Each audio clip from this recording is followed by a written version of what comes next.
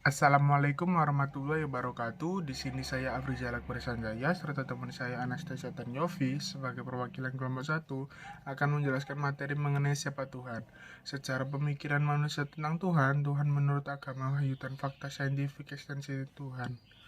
Berdasarkan definisi tersebut, di atas dapat dipahami bahwa Tuhan itu bisa berbentuk apa saja yang dipentingkan oleh manusia. Yang pasti ialah manusia tidak mungkin ateis, tidak mungkin bertuhan selain itu.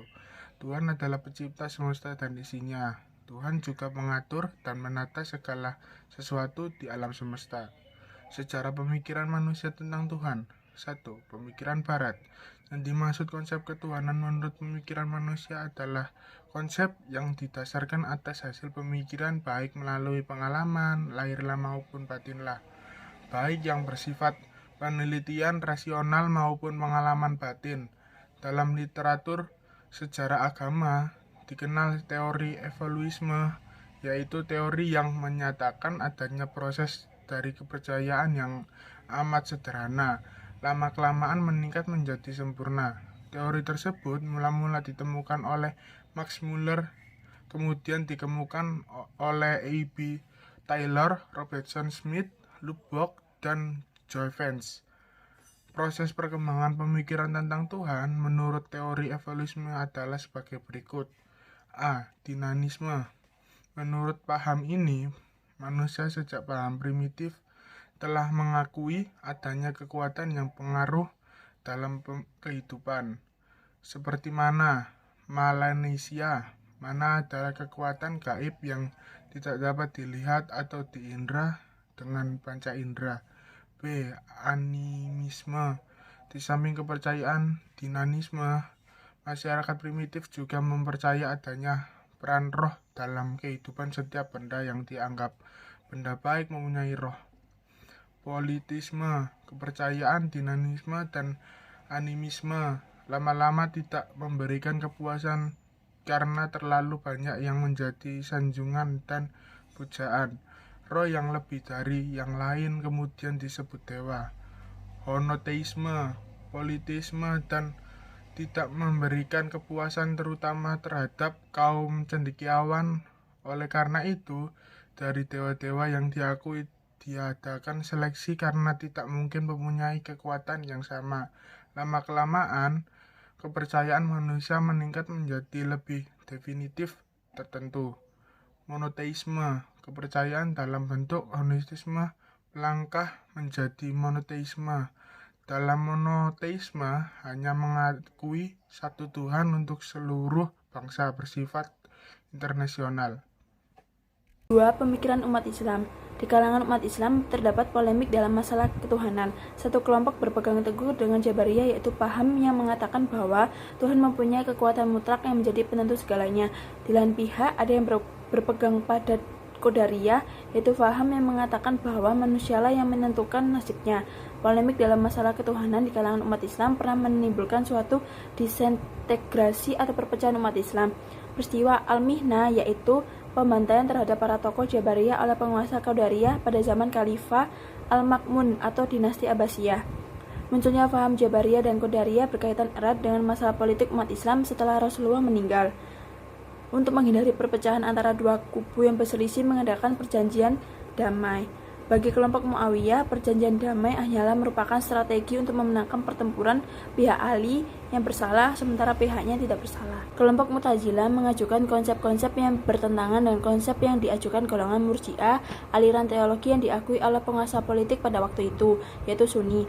Berarti Mu'tazilah sebagai kelompok penentang arus.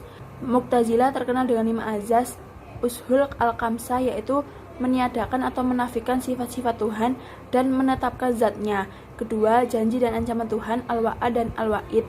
Ketiga, keadilan Tuhan, al-adalah. 4, al-manzilah baina al-manzilatain, posisi di antara dua posisi. 5, amar ma'ruf dan nahi munkar. Dari 5 azas tersebut, menurut Mu'tazilah, merupakan Tuhan terikat dengan kewajiban. Dia berkewajiban memasukkan orang yang baik ke surga dan wajib memasukkan orang yang jahat ke neraka dan kewajiban-kewajiban lain. Kelompok ini dimasukkan ke dalam kelompok teologi rasional dengan sebutan Qadariyah. Sebaliknya, aliran teologi tradisional Jabariyah berpendapat bahwa Tuhan mempunyai sifat kehendak Tuhan tidak terikat dengan apapun. Karena itu, ia mungkin saja menempatkan orang yang baik ke dalam neraka, dan sebaliknya mungkin pula ia menempatkan orang jahat ke dalam surga kalau ia menghendakinya. Tuhan menurut agama wahyu. Agama wahyu yaitu ajaran Allah yang disampaikan kepada Rasul-Nya. Contoh agama Islam, Nasrani, dan Yahudi.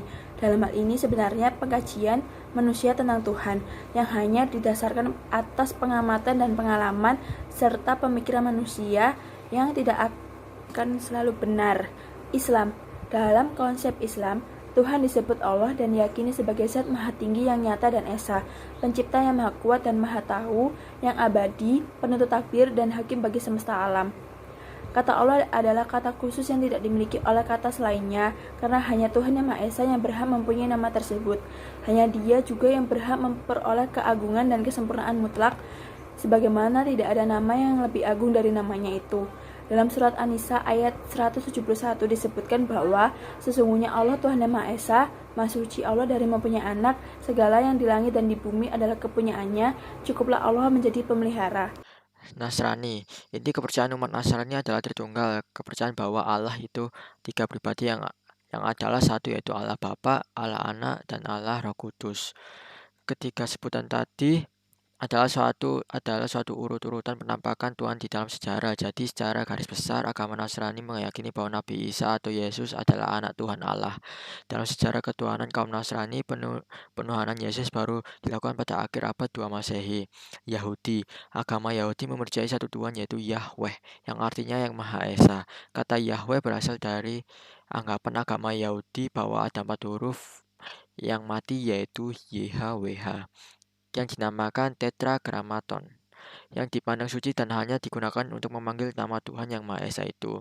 Bukti keberadaan Tuhan juga didukung dengan adanya sebuah teori atau penelitian tentang keberadaan Tuhan. Fakta scientific eksistensi Tuhan.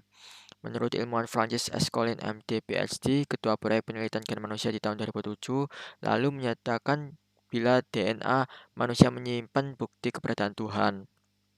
Gen manusia memang sangat kompleks, dengan bagian data mencapai miliaran. Hal seperti ini tentu lahir berkat desain panjang dari sesuatu yang sangat hebat di luar jangkauan intelijen manusia. Menurut ilmuwan Kurt Frederick Gödel, matematikawan asal Amerika yang lahir di Australia, merupakan ilmu teorema tidak lengkap yang menegaskan keberadaan Tuhan. Teorema ini menunjukkan bahwa ada sesuatu yang diyakini benar tapi tidak bisa, atau tepatnya belum bisa dijelaskan oleh logika. Berdasarkan penelitian Universitas Stanford, teori Gödel menyatakan bila Tuhan adalah zat yang paling agung dan ada di setiap pemikiran manusia. Secara otomatis kita mempercayai adanya Tuhan bila kita yakin di luar sana ada zat lebih hebat dari apapun. Oleh sebab itu, keberadaan Tuhan bisa dikatakan absolut. Berdasarkan teori relativitas khusus yang dikemukakan Albert Einstein pada tahun 1905, kecepatan cahaya mencapai 300.000 km per detik. Ini merupakan kecepatan tertinggi di alam semesta, seperti yang kita yakini bahwa Tuhan ada dimanapun dan mengawasi kita kapanpun. Di waktu yang bersamaan, dalam ini dapat disimpulkan bahwa Tuhan memiliki kecepatan yang jauh lebih cepat dari cahaya. Sekian penjelasan materi dari kelompok kami, kurang lebihnya mohon maaf. Wassalamualaikum warahmatullahi wabarakatuh.